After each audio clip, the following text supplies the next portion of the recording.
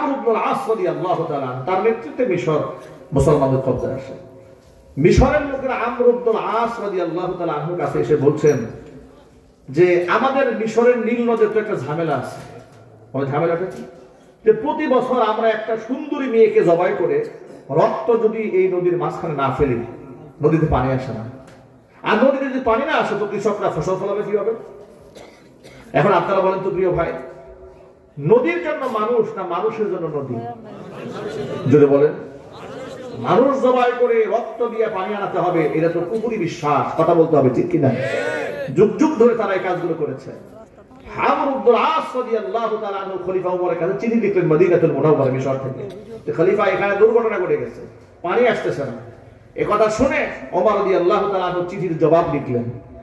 সেই চিঠির জবাবখানা তিনি খলিফার উদ্দেশ্যে লিখলেন না, চিঠি লিখলেন নীল নদের উদ্দেশ্যে। চিঠির ভাষা ছিল আইয়াতুহান নীল, ও নীল নদ, লাউ জারাইতি বিনাফসিকি ফালা তাজরি, প্রবাহমান হওয়ার ক্ষমতা যদি নিজের থেকে তোমার থাকে তাহলে নদী পানি প্রবাহিত হওয়ার কোনো দরকার নাই। আর যদি প্রবাহমান করার ক্ষমতা আল্লাহর পক্ষ থেকে হয়ে থাকে, আমার চিঠিখানা তোমার বুকের মধ্যে দেওয়ার সাথে যেন পানি দ্বারা পুরো নদীটা প্লাবিত হয়ে যায়।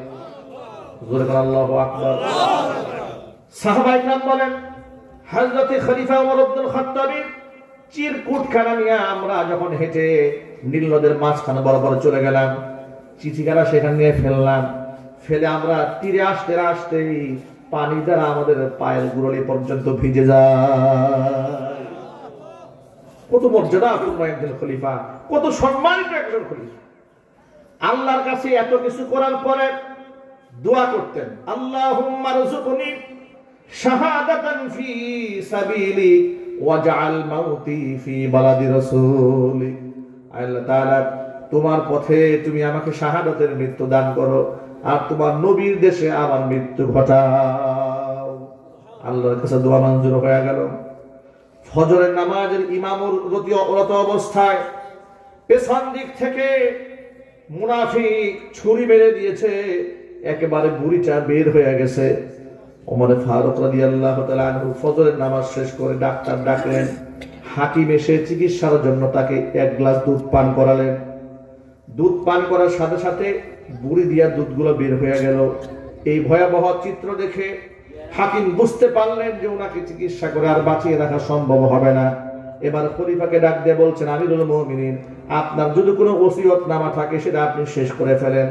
শেষ কথা যা বলার থাকে তা বলে ফেলেন, আপনাকে বেশিক্ষণ বাঁচিয়ে রাখা সম্ভব হবে না।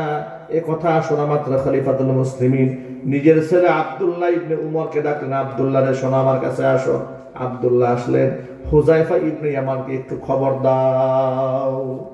ওই যে সেই হুযায়ফা ইবনুল ইয়ামান, যার কাছে মুনাফিকদের নামের তালিকা আছে। হুযায়ফা ইবনুল ইয়ামানকে আনা হলো। খলিফাতুল মুসলিমিন আল্লাহর পথের পথিক হয়ে শাহাদাতের পেয়ালা পান করে দুনিয়া থেকে বিদায় নেওয়ার সময় হুযায়ফা ইবনে ইয়ামানকে চোখের পানি ছেড়ে চিৎকার দিয়ে আল্লাহর নামের কসম দিয়ে বলছে, ও হুযায়ফা, আমি আল্লাহর নামের কসম দিয়ে তোমাকে বলি, আল্লাহর নবী যে তোমার কাছে 12 জন মুনাফিকের নামের তালিকা দিয়েছিল, ওই 12 জনের তালিকার মধ্যে আমি উমরের নামটা কি আছে নাকি? হুযায়ফাতুল ইবনুল ইয়ামান হযরত উমরের কথা শুনে তিনি অজরতা কান্নায় ভেঙে পড়লেন। খলিফা এই কেমন বিনয়ী মানুষ এটা! সুবহানাল্লাহ বলেন। আল্লাহ পাকের, আল্লাহ রাসূলের এতটা কাছে, এতটা মাহবুব, এতটা মুকাররম। সুবহানাল্লাহ বলেন। তিনি এই কথা বলছেন, উনি কাঁদতেছেন। এই কথা শুনে উনি আরো কান্না শুরু করলেন। হুযায়ফা ইবনুল ইয়ামানকে হযরত ওমর দ্বিতীয়বার কসম দিয়ে বললেন, ও হুযায়ফা, আল্লাহর কসম দিয়ে বলি, আমাকে একটা বারের জন্য শুধু বলো, ওই 12 জন মুনাফিকদের নামের তালিকার মধ্যে আমি উমরের নামটা আছে নাকি? হুযায়ফা ইবনুল ইয়ামান চোখের পানি ছেড়ে আল্লাহর নামের কসম করে বলেন, খলিফা, আল্লাহর কসম, ওই 12 জন মুনাফিকদের নামের তালিকার মধ্যে আপনার নাম নাই। হযরত ওমরের দিলটা ঠান্ডা হলো। এতেও তার মন পরিপূর্ণ ঠান্ডা হয় নাই। তিনি তার ছেলে আব্দুল্লাহকে ডেকে বলেন, আব্দুল্লাহ রে, আমার ইন্তেকালের পর ভালো করে লক্ষ্য করবা আমার জানাজার মধ্যে হুযায়ফা ইবনে ইয়ামান শামিল হয় কিনা। হুযায়ফা যদি আমার জানাজার নামাজে আসে তুমি বুঝে নিও আমি মুনাফিক ছিলাম। সুবহানাল্লাহ বলেন, আল্লাহু আকবার বলেন। নিজের ছেলে আব্দুল্লাহ ইবনে উমরকে ডেকে বলছেন, আব্দুল্লাহ শোনো, উম্মুল মুমিনিন মা আয়েশা সিদ্দিকা রাদিয়াল্লাহু তাআলা আনহার কাছে যাবে, আমার পক্ষ থেকে একটা আবদার জানাবে, খলিফাতুল মুসলিমিন পরিচয় দিবে না, পরিচয় দিয়ে বলবা আপনার সন্তান উমর ইবনুল খাত্তাবের পক্ষ থেকে একটা আরজি পেশ করা হয়েছে, তার শাহাদাতের পরে তিনি তার পরম দুই বন্ধু মুহাম্মদ সাল্লাল্লাহু আলাইহি ওয়াসাল্লাম এবং আবু বকর সিদ্দিক রাদিয়াল্লাহু তাআলা আনহুর পাশে একটু জায়গা নিয়ে চিরনিদ্রায় শুয়ে যেতে চান। জায়গাটা যেহেতু মা আয়েশার জন্য, মা আয়েশার ঘর, মা আয়েশা পারমিশন দিলে হবে। উনি যদি পারমিশন না দেন আমাকে সাধারণ গুরুস্থান তোমরা কবর দেবে না। আল্লাহু আকবার। মা আয়েশার কাছে যাওয়া হলো। মা আয়েশা অঝোর ধারায় কান্না করতেছিলেন খলিফার জন্য। কান্না করলেন, চোখের পানি মুছলেন, বললেন এটা আমার হক ছিল, আমার নিয়ত ছিল মুহাম্মদ সাল্লাল্লাহু আলাইহি ওয়াসাল্লামের সাথে যে জায়গাটা আছে ওই জায়গাটার মধ্যে আমি আয়েশা শোব, কিন্তু যেহেতু খলিফা আবদার করেছেন আমি আমার মন থেকে আমার হকটা উমরের জন্য ছেড়ে দিলাম। হযরত উমরকে বিষয়টি জানানো হলো, তিনি এতেই ক্ষান্ত হননি। তিনি বললেন এটা তো আমি জীবদ্দশায় বেঁচে আছি, এমন তো হতে পারে মুখের সামনে মানুষকে না বলা যায় না। উনি হয়তো মন থেকে বলেন নাই। এক কাজ করবা, আমি যখন মাটির সাথে মিশে যাবো, মানে আমি যখন মারা যাব, তখন শেষবারের মতো আবার মা আয়েশার কাছে যাবে, গিয়ে তার দরজায় নক দেবে, আবার বলবে যে এটা আমার সর্বশেষ আবদার, যে ওমর রাদিয়াল্লাহু তাআলা আনহু আপনার কাছে আবদার জানিয়েছি। মন থেকে যদি আপনি জায়গা দেন আপনার ঘরে তিনি শয়ন করবেন, তা না হলে সাধারণ মানুষের সাথে গুরুস্থানে তাকে মাদফন করা হবে। আল্লাহু আকবার। ঠিক তাই করা হলো। সর্বশেষ আবার মা আয়েশা রাদিয়াল্লাহু তাআলা আনহার কাছে পারমিশন চাওয়া হয়েছে। শাহাদাতের একেবারেই সন্নিকটে আসার পরে হযরত ওমর খুব আহত অবস্থায়, রক্তাক্ত অবস্থায় জমিনের সাথে গাল এভাবে লাগাইয়া শুয়ে আছেন। মাটিটা তার গালকে স্পর্শ করছে, মাথা মাটি স্পর্শ করছে। এই দৃশ্য দেখে খলিফার ছেলে হযরতে আব্দুল্লাহ ইবনে ওমর দৌড়ায় গেলেন বাবার মাথাটা উঁচা করে উরুর মধ্যে নেওয়ার জন্য। বাবার মাথাটা উঁচা করে উরুর মধ্যে যখন তিনি নিতে চাইলেন, খলিফা বারণ করে বললেন, ছেলে মাথাটা জমিন থেকে উপরে উঠায়ও না, আমার মাথাটা মাটির সাথে মিশে থাকতে দাও। মাটির সাথে একাকার হয়ে অত্যন্ত বিনয়ী একজন গোলাম হিসেবে আমি আমার মনিবের দরবারে চিরদিনের জন্য সাক্ষাতে যেতে চাই। আমার মাথাটা মাটির সাথে একদম মিশে থাকতে দাও। চিৎকার দেখুন আল্লাহু আকবার। একজন খলিফা এতটা বিনয়ী, আর আমরা এক একজনের অহংকারের গুডাউন হয়ে গেছি। ঠিক কিনা বলেন? আলেমদের মধ্যে অহংকার, হিংসা বিরাট দানা বাঁধছে। এক মাদ্রাসার মুহাদ্দিস আরেকজনকে চোখে দেখতে পারে না, এক পীর সাহেব আরেক পীর সাহেবের নাম শুনতে পারে না। কথা বলেন ভাই? এক হুজুর এক ইমাম আরেক ইমামকে সহ্য করতে পারছে না, সমালোচনা ঝড় বয়ে তুলছে। আল্লাহ আমাদের হেফাজত করো, আরো জোরে কোন আমিন। আত্মসমালোচনা এগুলো হওয়া উচিত। মুহাম্মদ সাল্লাল্লাহু আলাইহি সাল্লামের আদর্শ অনুসারী বলে নিজেদেরকে দাবি করি। অমুসলিমদের জন্য আল্লাহর নবীর যতটুকু শ্রদ্ধা ছিল, একজন আলেম হয়ে একজন আলেমের মধ্যে সেই শ্রদ্ধা আমাদের নাই। কথা ঠিক কিনা বলেন? এমন দৃশ্য আমি নিজ চোখে দেখেছি। এক বক্তা স্টেজ থেকে বয়ান করে শেষ করেছে, আরেক বক্তা স্টেজে উঠেছে, সামান্য সৌজন্যবোধ সালাম মুসাফা করবে, এতটুকু সৌজন্যবোধও করার মতো মন মানসিকতা নাই। এক মাহফিলে ওয়াজ করতে গেছে, পাশাপাশি দুইজন দুই রুমে বসে আছে। হয়তো তার জীবনের প্রথম দেখা অথবা শেষ সাক্ষাৎও হতে পারে। ঠিক কিনা ভাই? আমরা কোথাও ওয়াজে গেলে লোকেরা কত ভালোবাসা নিয়ে আমাদের সাথে সাক্ষাৎ করতে আসে, আমাদের হাত ধরে চুমা খায়, কপাল ধরে চুমা খায়, জুতাটা মুছে দিতে চায়। মানুষ কত আবেগের জায়গা এটা। সুবহানাল্লাহ বলে, আল্লাহু আকবার বলে। কিশোরগঞ্জ এক মাহফিলে গেছি, স্টেজ থেকে নামার সময় দিনের বেলা মাহফিল ছিল, বাদ আসর, মানে এরকম খেয়াল ফোটা দেওয়া আছে, প্রচন্ড ধুলা উড়েছে। গিয়ে দেখি আমার কালো জুতা সাদা হয়ে আছে। একটা ছেলে গায়ে রুমাল খুলে জুতা বসতেছে, মাথার রুমাল দিয়ে জুতা বসতেছে। আমি কাঁদে, এই ছেলে কি করো তুমি? কয় না হুজুর, আপনি তো আলেম মানুষ, আপনি আমাদের মেহমান, আমি মেহমানের সম্মান করতে আলেমের সম্মান দিচ্ছি। সুবহানাল্লাহ বলেন, আল্লাহু আকবার বলেন। কতটুকু আবেগ একজন আবেগের প্রতি মানুষের থাকে। আর এক আলেম পাশাপাশি বসে আছে, একজন আরেকজনের সাথে সালাম নাই, মুসাফা নাই, হাই হ্যালো নাই, হৃদয়ের মোহাব্বত নাই, কিবির, হাসাদ, হিংসা, জিঘাংসা আগুনে জ্বলে পুড়ে এক একজন ছাই হয়ে যাচ্ছে। কথা ঠিক কিনা বলে? আলেমদের মধ্যকার যদি আচরণ হয়, মানুষ শিখবে কার কাছ থেকে? জানবে কার কাছ থেকে? বুঝবে কার কাছ থেকে? শুধু ওয়াজ থেকে মানুষ শিক্ষা গ্রহণ করে না, মানুষ মানুষের মুআমালাত থেকেও শিক্ষা গ্রহণ করে। স্টেজে ওঠার পর আমার আচরণটা কি ছিল, এই আচরণটাও একটা মেসেজ। ঠিক কিনা বলে? শুধু ওয়াজ তো মেসেজ না, একেবারে অভিনয় করে কাইন্দা চাইন্দা একেবারে বিনাশ করে ফেলছে, খুব কাঁদতেছে, পুরোটাই নাটক। বেশিরভাগ জায়গায় খুব অভিনয়, কান্নাকাটি করে একেবারে বেচাকা করে ফেলতেছে। অথচ আমল আখলাক আবু জেহেল হচ্ছে তো খারাপ। সালাম মুসাফা করে দেখে গরমে কাছে যেতে পারবে না, ঠেলার অহংকারে ঠেলায় কাছে যেতে পারবেন না, সাক্ষাৎই করবেন না। 32 জন পিএস, 33 জন খাদেম, 34 জন বডিগার্ড। কথা বল না কেন? এই বাস্তবতা আছে না নাই? সম্পূরক ভাবে একটা কথা বলতে হয়। হ্যাঁ, বক্তা যখন অনেক বড় হয়ে যায়, অনেক সময় বিড়ম্বনার শিকার হন, সেটা ভিন্ন জিনিস। যেমন লাখ মানুষ, হাজারো মানুষ, কয়জনের সাথে তিনি মুসাফা করবেন, সেটা সিচুয়েশন ভিন্ন, কিন্তু তার মন চায়, সেটাও তার আচরণেই বলে দেবে যে আসলে মন চায় কিনা। দেখবেন কোন লোকজন নেই, এমনিতে একজন আসছে মুসাফা করার জন্য, এই আচরণ আছে না নাই? কথা বলতে হবে, আছে না নাই? ভণ্ডামি, কসম আল্লাহ, এগুলোর নাম ইসলাম নয়, পুরোটাই ভণ্ডামি। ইসলাম মানুষকে বিনয়ী বানায়, অহংকারী বানায় না। আল্লাহ নবী সাল্লাল্লাহু আলাইহি ওয়াসাল্লাম বলেছেন, মান তাওয়াদা লিল্লাহি রাফাআহুল্লাহ। যেই ব্যক্তি আল্লাহর জন্য বিনয়ী হয়ে যায়, আল্লাহ পাক তাকে বড় বানিয়ে দেয়। এই জন্য রাসূল আমাদের জন্য দোয়াও শিখিয়ে দিয়েছেন, আল্লাহর কাছে সব সময় দোয়া করবেন, আল্লাহুম্মা জাআলনি ফি আইনি সাগীরা ওয়া ফি আ'য়ুনিন নাসি কাবীরা। আয় আল্লাহ তাআলা, আমার নিজের দৃষ্টিতে তুমি আমাকে ছোট বানাও, ওয়া ফি আ'য়ুনিন নাসি কাবীরা, মানুষের দৃষ্টিতে আল্লাহ তুমি আমাকে বড় বানায়া দাও। নিজের দৃষ্টিতে নিজেকে কখনো বড় ভাববেন না, নিজেকে সব সময় ছোট ভাববেন, মহান আল্লাহ আপনাকে বড় বানিয়ে দিবে।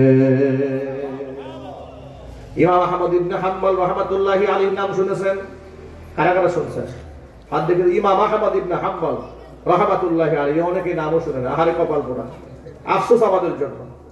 জগৎ বিখ্যাত একজন এত বড় ফাকিহ, এত বড় ইমাম, এত বড় মুজতাহিদ, তার নামটা অনেকে শুনে না, কিন্তু সিনেমার নায়ক নায়কের নাম সব জানে। ঠিক কিনা বলেন? এই যে পৃথিবীতে 4টা মাযহাব আছে না, হানাফি মাযহাব, শাফিঈ মাযহাব, মালিকি মাযহাব, হাম্বলি মাযহাব। এই যে হাম্বলি মাযহাবের ইমাম যিনি, তিনি হচ্ছে ইমাম আহমদ ইবনে হাম্বল রাহমাতুল্লাহ। মুসনাদে আহমদ একটা কিতাব লিখেছেন। মুসনাদে আহমদের এক কিতাবের মধ্যে হাদিস জমা করেছেন 50,000। ছোটখাটো মুহাদ্দিস মনে হয় নাকি? কি বলেন? ছোট্ট মুহাদ্দিস, বক্তব্য মুহাদ্দিস। আমাদের তো অঞ্চলের মধ্যে মুহাদ্দিসের অভাব নাই, যদি হাদিস পড়তে জানা না। কথা বলে না কেন? হাদিসের এমন ঠিক নাই, নামের শুরুতে মুহাদ্দিস। শাইখুল হাদিস নাম লেখা, সূরা ফাতিহা ঠিক না, পোস্টারে লেখা মুফতি, জানেও না মুফতি কোন সিগা। কথা বলেন ঠিক কিনা বলেন? নামের শুরুতে মুফতি লেখা, মাজারে গিয়ে সেজদা দিয়ে পড়ে আছে, কপাল পুরা।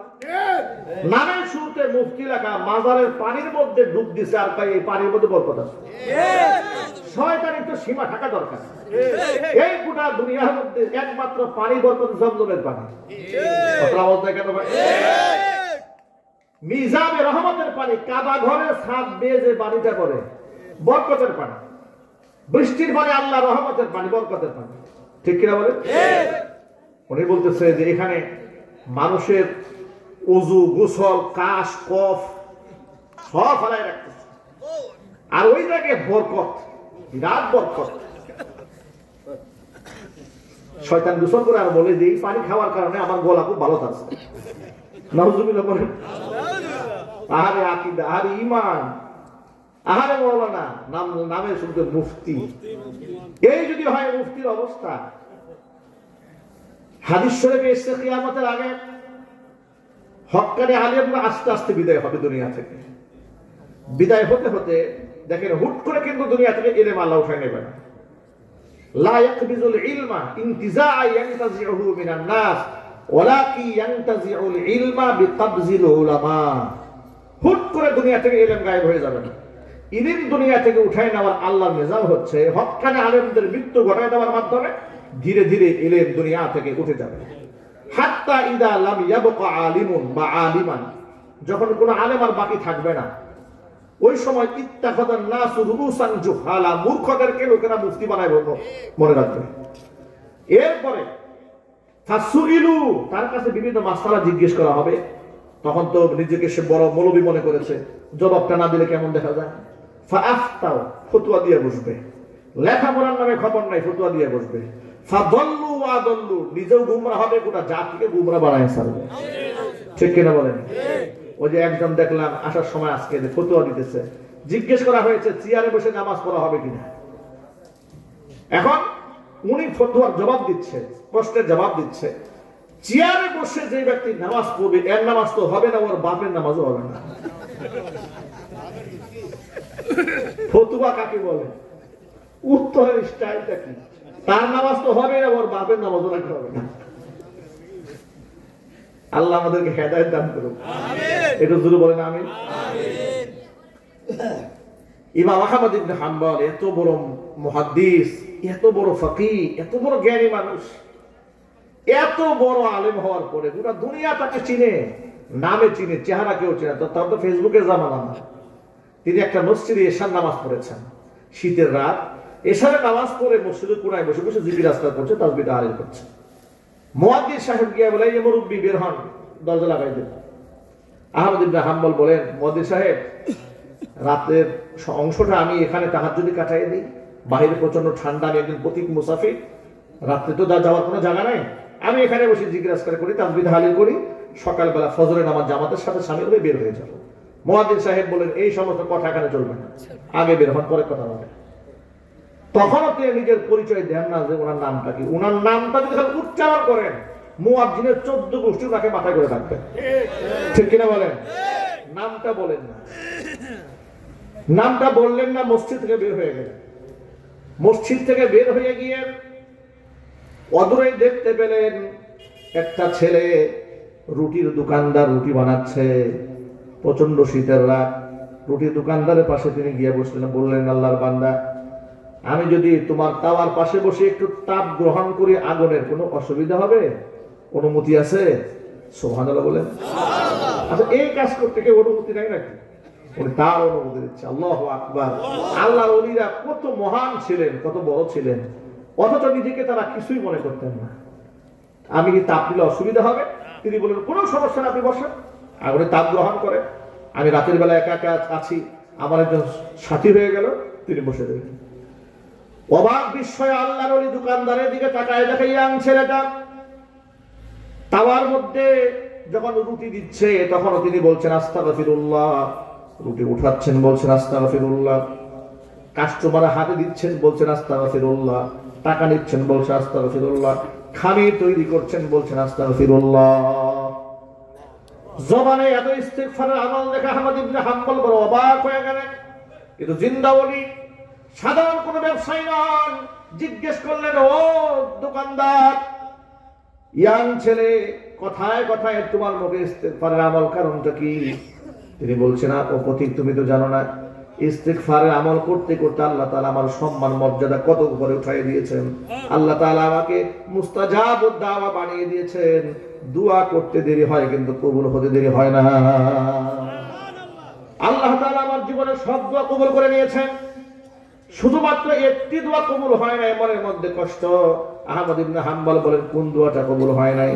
তিনি বললেন, আল্লাহর কাছে আমি দোয়া করেছিলাম, জমানার শ্রেষ্ঠ আলেম, শ্রেষ্ঠ মুহাদ্দিস, শ্রেষ্ঠ ফকিহ ইমাম আহমদ ইবনে হাম্বলকে যদি জীবনে একটা বার দেখতে পারতাম, তার কপাল ধরে চুমা খাইতাম।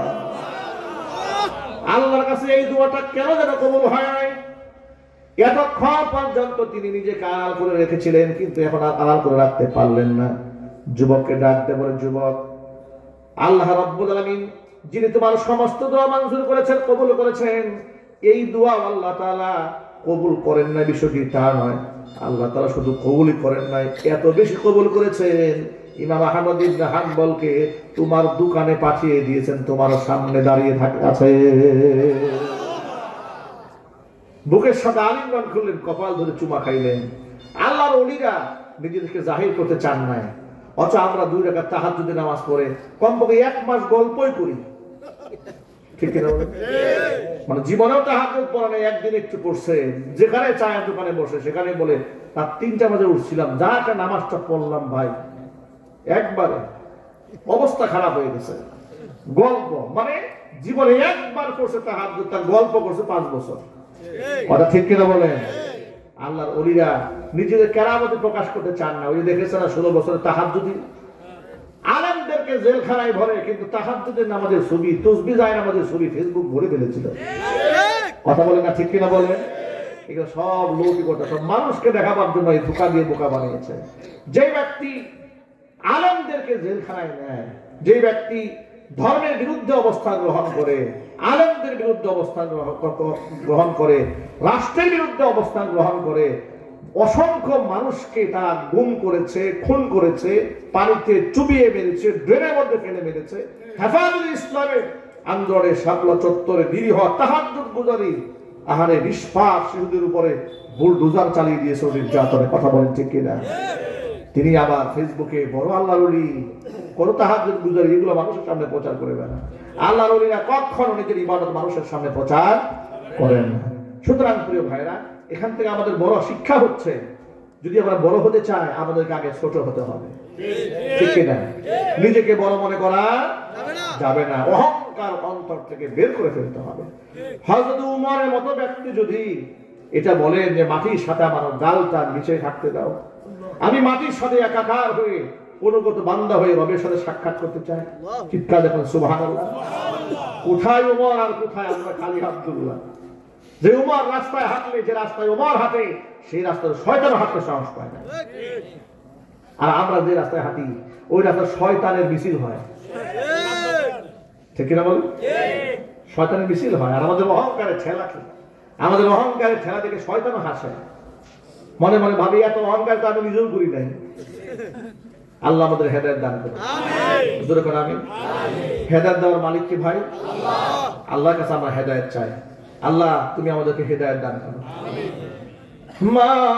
মালিক তুমি জান্নাতে, তোমার কাছে আমার একটি ঘর বানিয়ে দিও, একটি ঘর বানিয়ে দিও। মালিক তুমি জান্নাতে, তোমার কাছে আমার একটি ঘর বানিয়ে দিও, একটি ঘর বানিয়ে দিও। সে বিভীষিকাময় মহাদিনে তোমার প্রতিবেশী করে দিও। মালিক তুমি জান্নাতে, তোমার কাছে আমায় একটি ঘর বানিয়ে দিও, একটি ঘর বানিয়ে দিও, একটি ঘর বানিয়ে দিও। সকলেই বলে আল্লাহুম্মা আমিন। আল্লাহ রাব্বুল আলামিন আমাদের সকলকে যে কথাগুলো বলেছি আমল করার তৌফিক দান করেন। সবার আগে আমাকে, এরপর আমার ভাইদেরকে, আমার মা বোনদেরকে, সকলকে আমল করার তৌফিক দান করেন।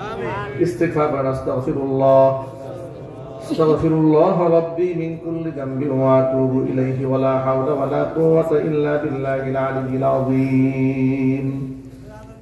হুজুর একটু আযান দিলে ভালো। হুজুর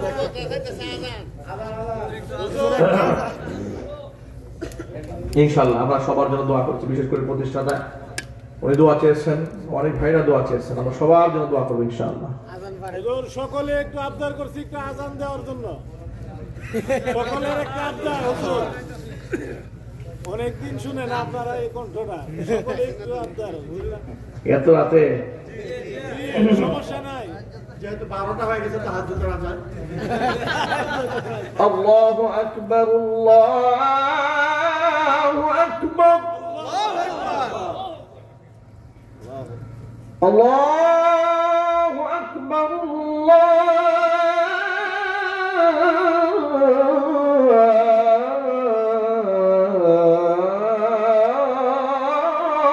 আকবার।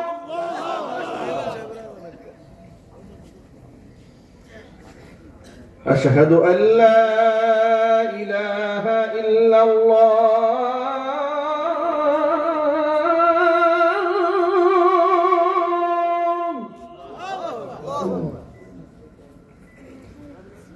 أشهد أن لا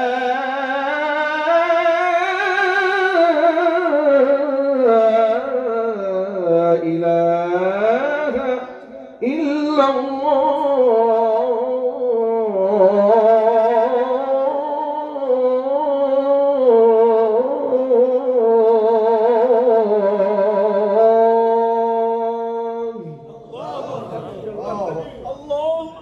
আজানের ধ্বনি যে গভীর রাতে এতটুকু মাইকের আওয়াজ যাচ্ছে অনেক দূর, মানুষ অনেক জায়গায় বিভ্রান্ত হয়। কয়েকদিন আগে পুরো এক এলাকায় মাহফিলে সিরাজগঞ্জে গভীর রাতে রাত মনে হয় 12টা ওভার হয়ে গেছে, আজান 2 করে দিয়েছে,